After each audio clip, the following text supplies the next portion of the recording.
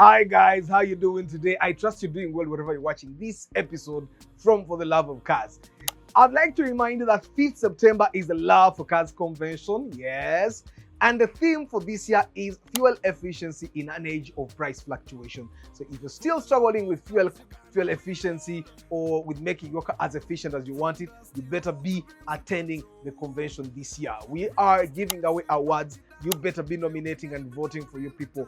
The Starlet Project, my project car from last year, I am giving it away, and you are deciding who gets to take the project car. Now, today, we have an interesting topic. Let me rewind. How did I plan to start this? I plan to say there are cars that you buy because they make sense. Like a Wish, like a Primo. Yeah, there are cars that you buy because they make sense. And then there are cars that you buy because you looked at them once and your heart said, this is the one. Yeah, leather seats, beautiful dashboard. Yeah, big screen, nice body, turbocharger, sunroof, 7 seats. You park it at home, and for the first week, you keep turning around and looking at it. And then one morning, a warning light comes on. 2 weeks later, another one comes on. Then the mechanic tells you, we need to first look for the part. And suddenly, the car that made you happy every time you looked at it is the same car that is making you angry every time your phone rings. Today, we are talking about beautiful cars that can make you regret buying them in Uganda. Beautiful cars that can make you regret buying them in Uganda. And I can tell you I've driven some of these cars. I'm not proud of myself. I'm not proud of how much I spent on them, but I did drive some of them. Some of them are actually very good cars. Before someone attacks me in the comments and says, I am not saying that every example I'm going to give today is a bad car. The problem is that some have complicated engines, some have complicated transmissions, some have expensive parts, some have limited specialist knowledge here locally, yeah, or they simply drink fuel like they have shares in the petrol station. So guys, before you buy these cars, I need you to understand exactly what you're getting into. For the love of cars, Uganda. There is a car that I've admired for a very long time. I mean, when you go to Consumer Reports, you go on Google, these people keep saying this car is a very nice car. The Honda Step Wagon. This is one of the cars that can seduce a family very quickly. A family man, a family woman, yeah? You look at it and it sliding doors, 7 or 8 seats depending on the configuration. Good interior space, comfortable, looks modern, more modern than a Noah. And compared with the Vauxhall, the Noah, the Wish, yeah, sometimes the purchase price can look very attractive because Zara is in a bond. You get? Then the question comes, why isn't everyone buying one? You go to the bond and we Honda moto kangumu.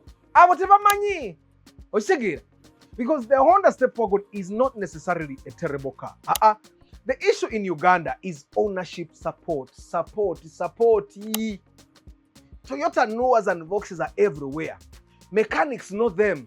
Part sellers know them. Used parts are everywhere. Yeah.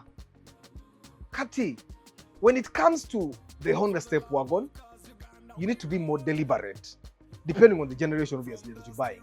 You also have Honda specific transmission, electronic systems that you don't want. You don't want just everyone to experiment with. Mechanical and once you are buying an older imported MPV, maintenance history becomes very important, and you won't get to see it.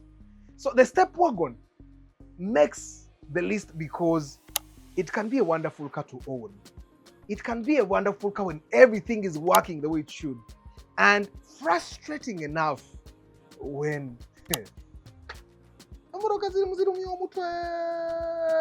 and if you thought the Honda Step Wagon was tempting, Nissan has something even more dangerous on the list.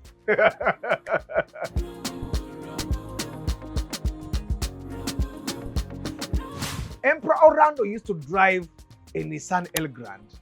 It's big, it's luxurious, it's powerful, yeah, has beautiful interior, captain seats. Some versions look like a private jet. The Nissan Elgrand can make an Alphard look cheap. You get ovuga Elgrand neita kwa Alphard nechuke tunude. So the Elgrand is one of those cars that I really find fascinating. I mean, you buy an Elgrand and then you start driving it every day. And the petrol stations also become part of your family.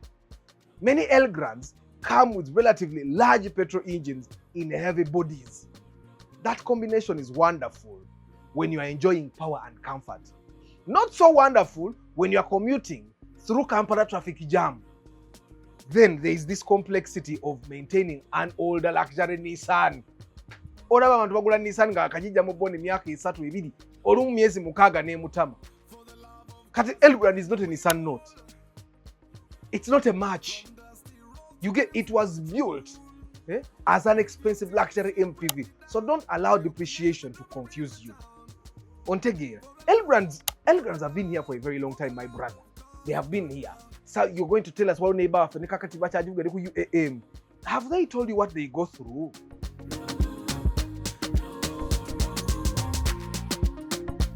Now, when we come from the Nissan Elgrand, we go to a car that you people are still buying from the bone. It's a Mazda, the Bianchi. You see, I understand why people like the car. It doesn't look like an everyday MPV.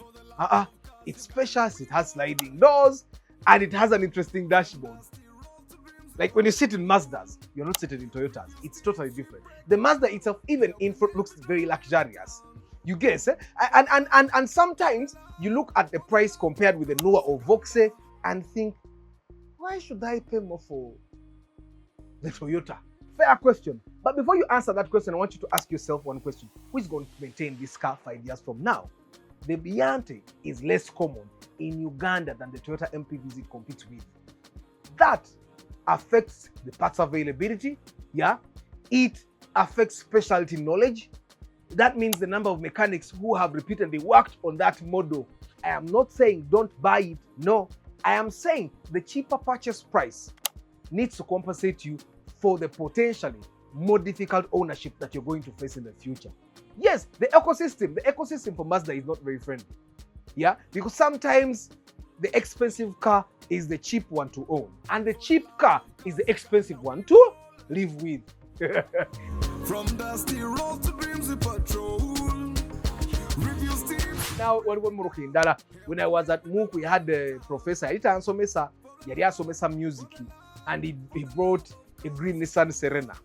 And at that time, the Nissan Serena was unique. Yari akava werunga ava kusoma ndoza PhD, yari doctor, abamumanyi bamumanyi, ngabere yogayaza.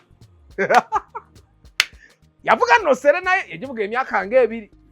Ndo mulaba ngaze mu kawundo. Serena teyajiddamu. Otegedde gyendaga. You see, beautiful family vehicle the Nissan is, the Serena. Very practical, sliding doors like always, comfortable, loads of space, and the newer Serenas look fantastic. They look better than Toyota. Of course, the newer Serenas, I think they be sharing designs. But over the years, Nissan has used different powertrain configurations, including the CVT that you people fear like nothing. And when buying a used Nissan with a CVT transmission, condition is not something that you want to guess. You want to inspect. You want to scan it. Or better still, just don't buy it.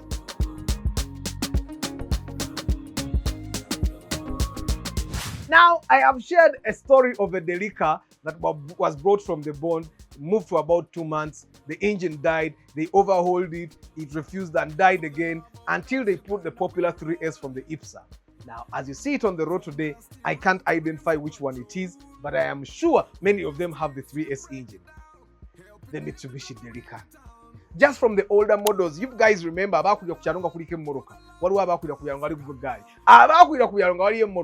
I am sure there was a Delica. Now, the Mitsubishi Delica is a beautiful car, but I like what the Delica represents. You get MPV practicality, it's good, it's more rugged than most of them. Some versions will even give you four-wheel drive capabilities. It looks different. It has presence. The problem, again, is that you are entering a smaller ownership ecosystem than someone buying a new one. The more unusual the specification, the more important it becomes to confirm where you'll get the parts and who will actually understand that exact model. Because Kampala has many mechanics. That does not mean Kampala has many mechanics for your car. Those are two completely different things I want you to understand. And from the Delica, I want us to move to something that most of you guys like. Okay, now most of you guys are fearing it because everyone has talked about it. Everyone has over-talked about it. But don't buy the Delica. Hey, didn't share. We went to buy a car. We want to buy a Subaru. We were inspecting a Subaru. And in the garage where we went was this new Delica. On new number plates, digital number. It's like a couple of days ago. And the Delica was still new. So I thought they were just working on the cooling system. I went round to see what was happening. The engine was out. The D5. Don't buy the D5, my brother. You're going to struggle. And you'll not be struggling because it's a bad car. You'll struggle because the Delica D5 was not made for us. Okay. It's beyond our time. It's in the future. From dusty road to dreams we patrol. Subaru Forester XT, the turbo era. You get turbo all-wheel drive, power, practicality. You know, this is one of those cars that is one of those cars where someone drives the normal Forester and then drives the XT and they say, no, I want this one. But you see, turbo performance comes with additional complexity. Turbocharger, more heat, more demanding oil requirements, and more components. Every additional component means complexity. And newer generations, you may also be dealing with the CVT. ESO 2012 okude you were. Now, add another problem, especially if you're buying a Ugandan new, the Ugandan previous owner. Kubana yajitunde mutami. Ochegera, performance cars attract people who like performance. So when buying a used XT, don't only inspect the car, try to understand the life the car has lived. Was it serviced properly? Yeah. Service yeah. Was it given the correct oil? Was it modified at any one point? Was somebody boosting it? Was it being rest? And was it being maintained on prayers? Omanyi waliwo omuntu nga munako Mukama Katonda nyambe moloka yange no tutuka ku mulimu tunatuka ku Mukama Katonda kuwe kimu ekye 10 Mukama Katonda sengo nyambe ni moloka eno neeyita mu jam netuka ku mulimu gyendaga buli muntu ajja okusabiriza ku ddirisa ngenda muwa olukumi.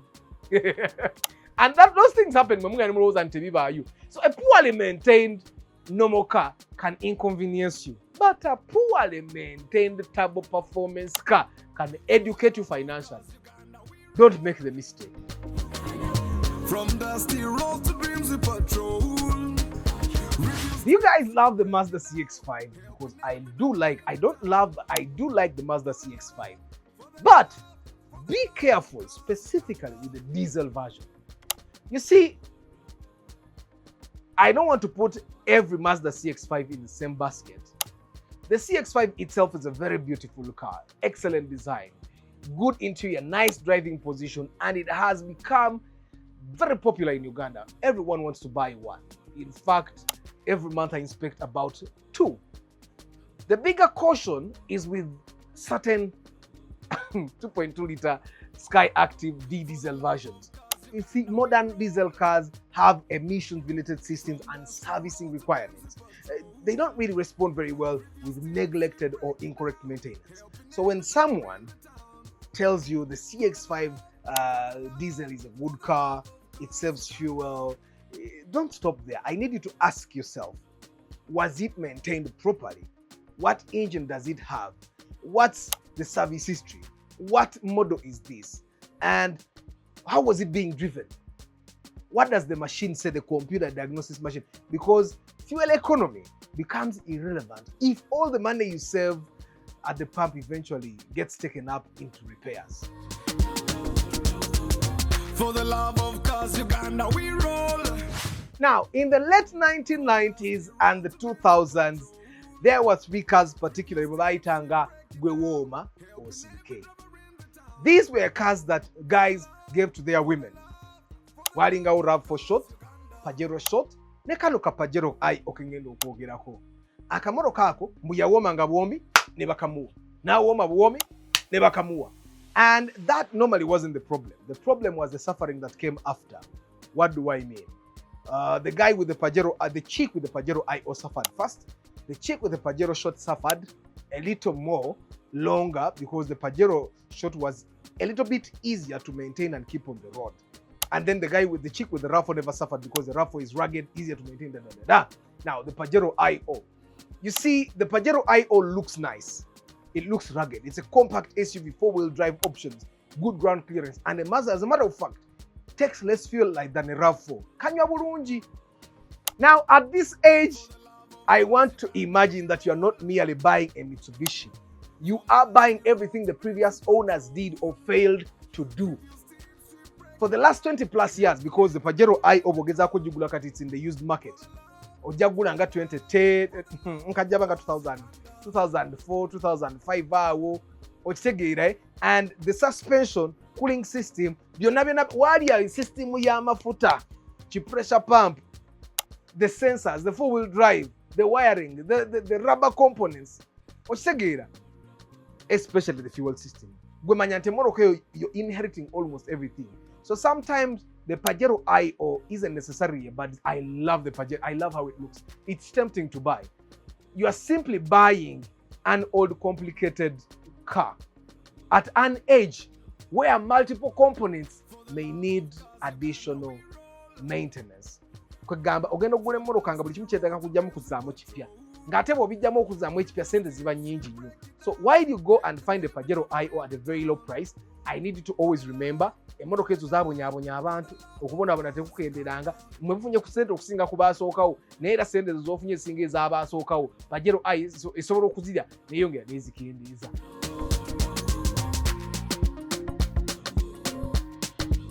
Now, of course, you guys, I think you're already forgetting what am I talking about. I'm talking about cars that I find insanely beautiful, but they'll be problematic to you if you buy them. Emmoroka ennungi naye nga bizibu byerere, emmoroka embalagavu naye nga mitawaana myerere. Alphard hybrid.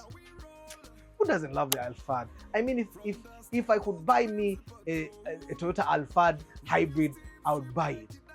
Now the question is, why don't I buy it? There is no hybrid mechanic that would recommend you to buy the Toyota Alphard hybrid. It looks beautiful, beautiful interior, yeah, comfortable, premium, massive, nene captain seats. You guys, of course, we already know that Toyota has an excellent reputation with hybrid system. So why is this car on the list of the beautiful cars that will make you suffer? Because once again, age changes the equation. A cheap old luxury hybrid is still an old luxury hybrid. Do you know what that means? Luxury is expensive to maintain, very expensive to maintain. The Alphard is already expensive. Now imagine it being a hybrid. And of course, there is no hybrid mechanic on the planet Uganda that will encourage you to buy a luxury Alphard hybrid. It feels terrible. It feels sad. People like me that love to buy cars that save fuel would want to buy it. I mean, they would recommend you to buy a Lexus hybrid before they recommend the Alphard hybrid. The mistake is looking at the badge and saying, it's a Toyota, what can disturb me?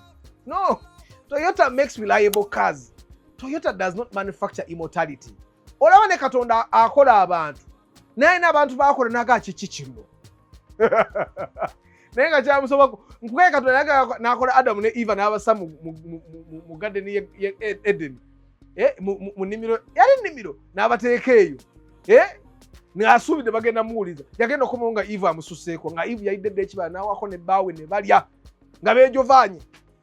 Kati if God gets disappointed, you think Toyota cannot be disappointed? You get?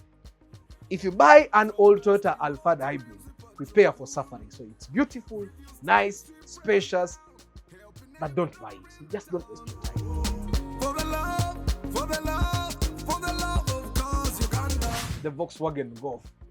Umoroka za Germany ezo, I think I love how the Golf feels. There is a time I was in Denmark was Denmark. And my host was an orchestra director. I was working with an orchestra. And the director of the orchestra booked me a hotel. And he drove me in his Golf. I think at that time it was a Golf 5. Long time ago. And he drove us. He was really a fast driver. Omani German vehicles. And we were in Denmark, in the country there. And the roads were free. And he would go really fast. It felt nice. So when I finally got to buy myself a Volkswagen Golf 4, I thought I would enjoy. Now, let's talk Golf 4, Golf 5, and yes, some later Golfs, depending on the engine and transmission. Now, I know why Ugandans, just like me, love them. A Golf is very solid. Katono, kagumira kutaka bokabugo ulanga tekavao, guareko Golf egudechigo. Yes, people keep telling us Mercedes-Benz is got right to Zidabieko. Guareko Golf eguechigo. Why do you think Tezigwa? Teziwanga long enough kugwa. Golfs, they don't live long enough. You know, beautiful driving positions, good handling, good interior, solid.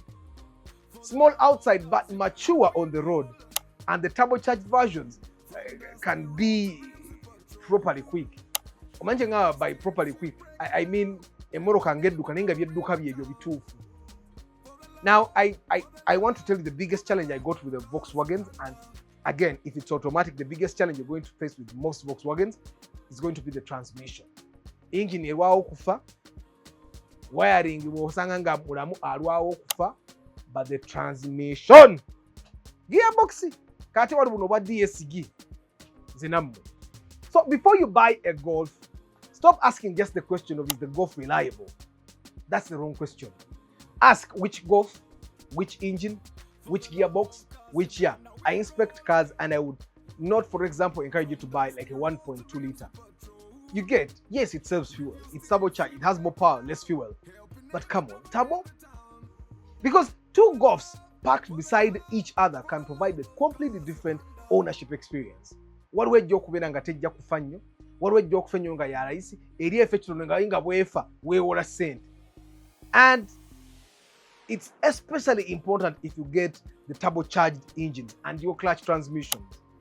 Yes, it gives you a driving experience that is like none other. Yeah? And if you think Volkswagen can tempt you, you know, SUV. You remember there is the auto show where I took part where I became champion. I was not crowned, but I was champion because no one was crowned. There were two Volkswagens. I think they were Golf 5s. And they were winning us. The reason why I won was because one of the Volkswagens did not complete race 1, and the other one that completed race 1 did not complete race 2. You get? So because me, I won because I completed. You know I won because I did all the 2 races, and I completed in record time. Kati Volkswagen ezo buluzagenda nga murari zadiraga kukaria. Why do you think that happens? It's not that it's not reliable. It's reliable, but the technology is just not for us. So before you go buy yourself a Volkswagen, a Golf, whatever Golf, remember it's beautiful, it's tempting, but my brother, it is not worth it. Don't waste your money. I'd like to remind you that 5th September is the Love for Cars convention, yes. And the theme for this year is fuel efficiency in an age of price fluctuation. So if you're still struggling with fuel efficiency or with making your car as efficient as you want it, you better be attending the convention this year. We are giving away awards. You better be nominating and voting for your people. The Starlet project, my project car from last year, I am giving it away, and you are deciding who gets to take the project car. For the love, for the love, for the love.